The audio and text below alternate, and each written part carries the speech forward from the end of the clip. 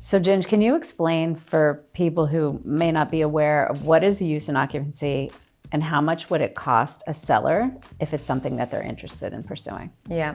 So there are kind of multiple ways that it could work depending on the situation. So for some sellers, if they get multiple offers, they may find there are a buyer or some buyers who are willing to cover the entire cost of the use and occupancy.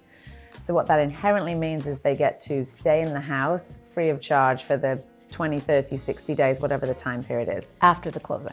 After the closing, correct, yes. So the closing happens, the seller gets the proceeds of the closing, and at that time, the buyer technically owns the house, but they are not residing in the house, and they are paying whatever their mortgage payments, taxes, fees are for that. So the seller would cover whatever the new buyer's carrying costs would be.